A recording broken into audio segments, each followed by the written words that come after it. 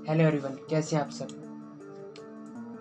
जैसे कि मैं आप सबको बता देता हूँ, हमने फाइनेंस के ये सारे फॉर्मूले अभी तक अपनी वीडियो में सीख चुके हैं। ठीक है, इसके बाद अब हम बात करने वाले इन फॉर्मूले के बारे में। ठीक है, आई वाले जो फॉर्मूले हैं उनके बारे में, ठीक है, उनकी सीरीज़ के बारे में। तो आज की वीडियो स्टार्ट करते हैं। जैसे कि आप देख सकते हैं कि मेरे स्क्रीन पर कि मैंने एक छोटा सा डॉक्यूमेंट अपना तैयार कर लिया है। ठीक है, तो ये क्या चीज़ होती है, इन फॉर्मूले क्यों यूज़ करती हैं, कैसे यूज़ करती हैं, अभी मैं आपको बताया था। जैसे कि मान लीजिए अगर मैंने कोई भी, ठीक है, किसी भी कंपनी में कुछ भी इन्वेस्ट किया है, ठीक है, तो मैंने कौन से दिन इन्वेस्ट किया है, या मैंने किसी को भी कोई भी चीज़ दी है या उधार दिए पैसे। ठीक है, तो इस मान लेते हैं अगर 2020 को मैंने किसी व्यक्ति को पैसे उधार दिए थे। ठीक है, अब उस व्यक्ति ने मुझे क्या किया, 31/12/2020 मतलब 1 साल के बाद उसने मुझे पैसे वापस कर दिए। ठीक है, तो उसको जो मैंने पैसे दिए थे, ठीक है, लगभग मैंने उसको इतने पैसे, ठीक है, दिए थे। इसके बाद जब उसने मुझे पैसे वापस किए तो नॉर्मली उसने मुझे इतने पैसे वापस किए थे। ठीक है, मैं इसमें एक और, ठीक है, इसमें मैं एक और जीरो ऐड करता हूँ, 3 3 6 3 3 3 6। ठीक है, सॉरी, इसमें एक और जीरो ऐड करनी पड़ेगी। ठीक है, अब इसके बाद हम बेसिक के बारे में बात करते हैं। तो बेसिक क्या होता है, बेसिक हमारे डेज के ऊपर होता है। मतलब कि जैसे कि अगर हमारे डॉक्यूमेंट में दिनों को पता करना है कि हमारे डॉक्यूमेंट में दिन कितने हैं, 360 हैं या 365 हैं। अगर हमारे डॉक्यूमेंट में या हमारे कोई फाइल है या हम कोई फॉर्मूला यूज़ कर रहे हैं, अगर हमारे फॉर्मूले में 360 दिन होते हैं, ठीक है, क्योंकि फॉर्मूले में 360 दिन होते हैं, अगर हमारे डॉक्यूमेंट में या जो हम फॉर्मूला लगा रहे हैं उसमें 360 दिन है, तो हम 0 लिख सकते हैं, 1 लिख सकते हैं, 2 लिख सकते हैं, ठीक है, या 4 लिख सकते हैं। ठीक है, पर, ठीक है, पर अगर हमारे डॉक्यूमेंट में 365 दिन है तो हम बेसिक क्या लिखेंगे, 3। ठीक है, तो हमारे, ठीक है, 3 का मतलब होता है 365 दिन। ठीक है, इसके बाद हम अपना फॉर्मूला लगा लेते हैं।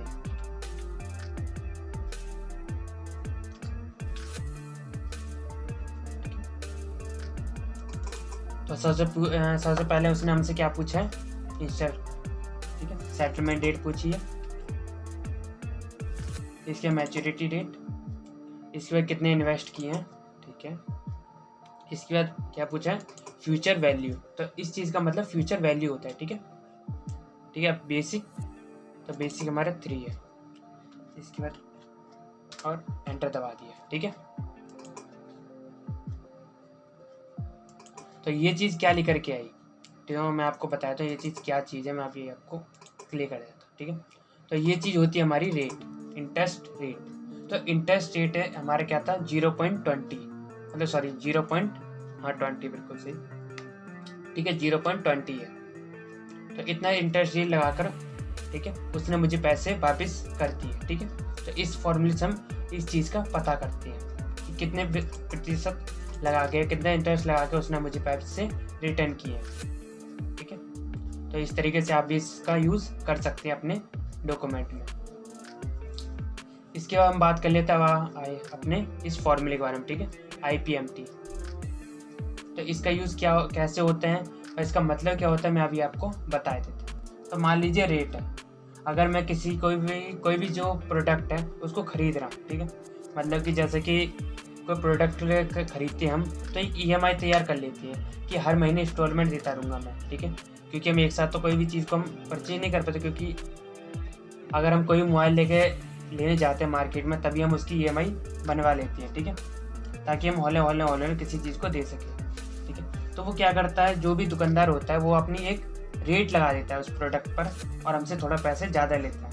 ठीक है, हर महीने। तो कितने ज़्यादा लेता है इसके बारे में हम बात करने वाले इस फॉर्मूले के थ्रू। ठीक है, तो मान लीजिए अगर हमने कोई भी दुकानदार ने आपके प्रोडक्ट पर 5% इंटरेस्ट रेट लगाया है। ठीक है, इसके बाद आपको ठीक है, आप कौन से मंथ में इंटरेस्ट रेट पता करना चाहते हैं, मतलब कितना कमा रहा है वो कौन से महीने में, तो हम 1 लिख देते हैं। तो 1 मिनट, ये डेट के रूप में आ गया, मैं आपको इसमें अगर कोई भी चीज़ डेट के रूप में आ जाती है तो हम यहाँ से चेंज कर लें, ठीक है। 1 आ गया तो हम पहले महीने का पता करना चाहते हैं कि पहले महीने उसने हमसे कितना कमाया है, ठीक है, कितना इंटरेस्ट लगाया है। इसके बाद टाइम, ठीक है, तो उसने, ठीक है, हमें पैसे देने की कितनी ड्यूरेशन रखी थी। ये भी मैच को थोड़ा यहाँ से हम दोबारा चेंज कर लेते हैं जनरल।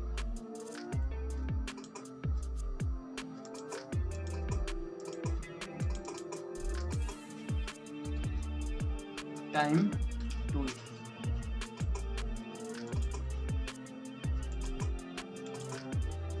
इसके बाद पर वैल्यू, तो पर वैल्यू क्या हो सकती है। पर वैल्यू वो होगी जितने में आपका प्रोडक्ट है, कि आपने कितने में अपना प्रोडक्ट लिया था। मान लीजिए अगर हमारा, ठीक है, इतने का क्या हमारा प्रोडक्ट है, तो हम हर महीने की EMI, ठीक है, वो हमें बता देगा, पर हमें पता करने का उसने हमसे कितना कमाया है, ठीक है। तो हम इस फॉर्मूले से ये पता कर सकते हैं। लगाते हैं रेट, ठीक है, तो रेट क्या होता है, साल का होता है, पर हमें अभी महीने का निकालना है, तो इसको हम 12 से भाग करेंगे, फिर कॉमा, ठीक है, फिर लगाएंगे हम 1, ठीक है। क्यों 1 क्यों लगाएंगे, क्योंकि हमें कौन से महीने का पता करना है, क्या उसने पहले महीने कितना कमाया या उसने अगले महीने कितना कमाया। तो हम पहला लिखेंगे, ठीक है, 1। हम 1 महीने का पता करना चाहते हैं कि पहले महीने में उसने हमसे कितना कमाया, ठीक है। इसके बाद ये चीज़, ठीक है, तो ये साल में है, हमें इसको महीने में कन्वर्ट करना है, तो इसको 12 से गुणा करते हैं, ठीक है। इसके बाद कॉमा, इसके बाद पर वैल्यू और एंटर दबा दें। तो इतने पैसे हमने, मतलब कि लगभग उसने 300 रुपये करीब हमसे क्या किया, कमा लिया, ठीक है। हर महीने वो 300 रुपये करीब हमसे कमा रहा है, ठीक है, इंटरेस्ट रेट लगाकर, ठीक है। तो इसको हम इंटरेस्ट रेट भी बोलते हैं, ठीक है। इसके बाद हम बात करें अपने इस वाले फॉर्मूले के बारे में, ठीक है। अगर आप कोई भी दुकान में कुछ भी चीज़ खरीदने जाते हैं, EMI तैयार करवाते हैं, ठीक है, पर मंथ इंस्टॉलमेंट अपनी तैयार करवाते हैं, तो इसके साथ ही साथ आप ये भी पता कर सकते हैं कि वो उस व्यक्ति ने हमसे कितना कमाया है, ठीक है, तो वो हर महीने कितना कमा रहा है। तो इस फॉर्मूले से हम ये सब पता कर सकते हैं। और ये वाला फॉर्मूला भी उसी तरीके से जो अभी हमने ये वाला फॉर्मूला किया है, ठीक है, दोनों एक जैसे ही हैं, ठीक है। पर इसको भी हम अपना एक और प्रैक्टिस करके दिखाए थे। जैसे मान लीजिए पर वैल्यू, कोई भी चीज़ हम प्रोडक्ट की वो पता करनी है, तो हम लगाए थे, जैसे कि मेरा जो प्रोडक्ट है वो इतने का था, ठीक है। इंटरेस्ट रेट, मैंने इंटरेस्ट रेट, या कोई भी सेलर है उसने इंटरेस्ट रेट इतना लगाया टार्म, उसने मुझे टाइम दिया था, या टार्म में ऐसे लगा सकता हूँ कि या 3 या 4, ठीक है, या मैं 12 रख देता हूँ। 12 क्यों, मतलब कि मुझे पता करना है 12वें महीने में उसने मुझसे कितना कमाया, वही एक तरह से जैसे ये मंथ में था, ये टार्म में आ गया, ठीक है। इसके बाद ड्यूरेशन, तो ड्यूरेशन हम 3 लिख सकते हैं, ठीक है। ड्यूरेशन मतलब वही टाइम, ठीक है। तो हम दोबारा फॉर्मूला लगाते हैं अपना,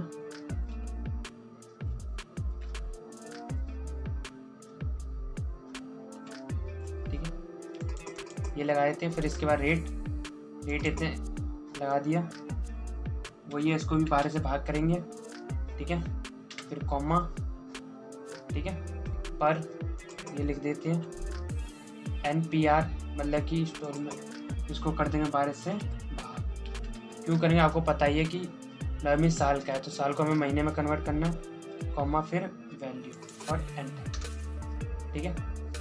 तो ये कुछ वैल्यू हमसे, ये वैल्यू हमारे सामने लेकर के आ चुकी है, ठीक है। तो आप समझ गए होंगे ये सारे फॉर्मूले किस तरीके से आप यूज़ करेंगे, ठीक है। ये वाला फॉर्मूला और ये वाला फॉर्मूला एक तरह से सेम ही है, ठीक है। तो मिलते हैं फिर अगली वीडियो में, और आप समझ गए होंगे किस तरीके से मैंने इन तीनों फॉर्मूला का यूज़ किया है, ठीक है।